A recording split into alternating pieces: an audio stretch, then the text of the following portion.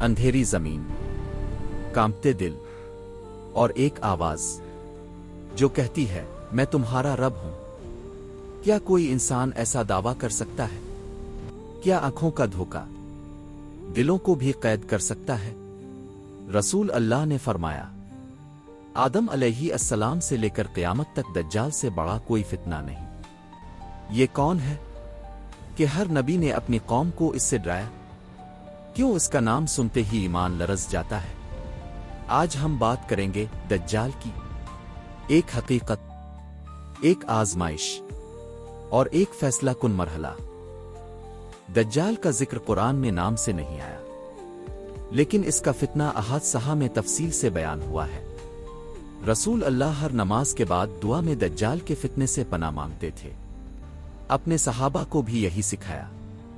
ये कोई अफसाना नहीं, ये क़यामत की बड़ी निशानियों में से एक निशानी है।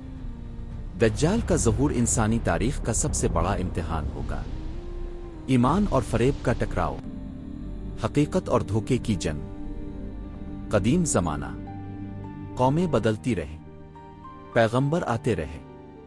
रसूल अल्लाह ने फरमाया, कोई नबी ऐसा नहीं गुजरा जिसने अपनी कौम को दज्जाल से ना डराया हो। सही बुखारी।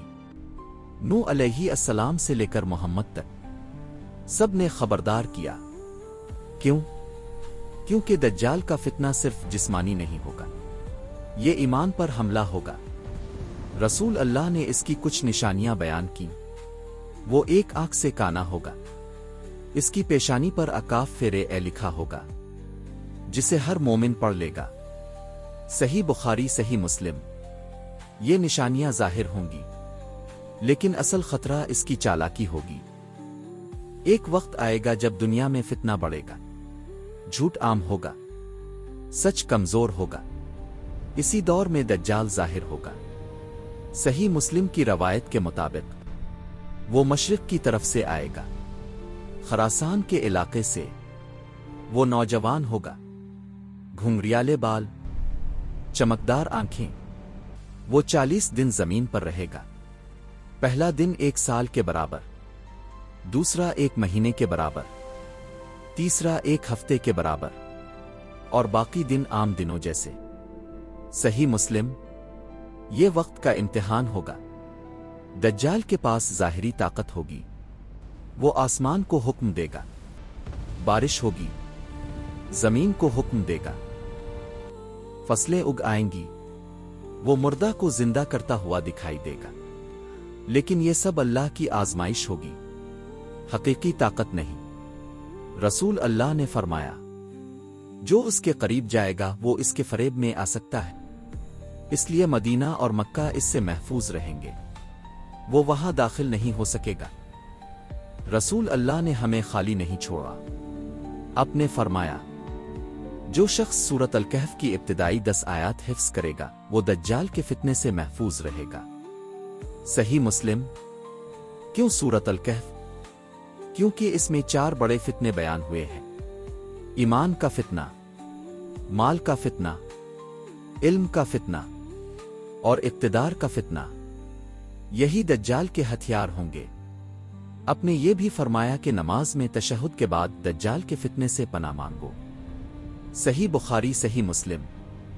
ये तैयारी है, रूहानी तैयारी, इल्मी तैयारी। जमीन खौफ से भरी है, लोग भाग रहे हैं। दज्जाल अपनी ताकत के साथ आगे बढ़ रहा है। शाम की सरजमीन, मुसलमान जमा हैं। इमाम मेहदी सफ़ों को दुरुस्त कर रहे हैं। नमाज का वक्त है। इसी लम्हे हज़रत ईसा अलैहिस्सलाम का नुज़ूल होता है। सही मुस्लिम। सफ़ेद कपड़ों में, फरिश्तों के सहारे। दज्जाल उन्हें देखकर पिघलने लगेगा, जैसे नमक पानी में घुलता है। ईसा अलैहिस्सलाम इसका पीछा करेंगे और बाब-लाद के मकाम पर इसे कत्ल करेंगे। सही मुस्लिम। ये इख्तिताम होगा, सबसे बड़े फितने का खात्मा। जमीन सुकून का सांस लेगी, अदल कायम होगा, सलामती लुटेगी। दज्जाल का फितना सिर्फ मुस्तकबिल की कहानी नहीं, ये हर दौर का आईना है।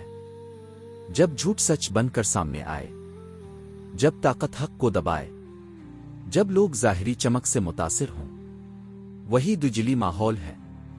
اصل سوال یہ نہیں کہ دجال کب آئے گا، اصل سوال یہ ہے کہ ہمارا ایمان کتنا مضبوط ہے۔ کیا ہم قرآن سے جڑے ہیں؟ کیا ہم نماز میں پناہ مانگتے ہیں؟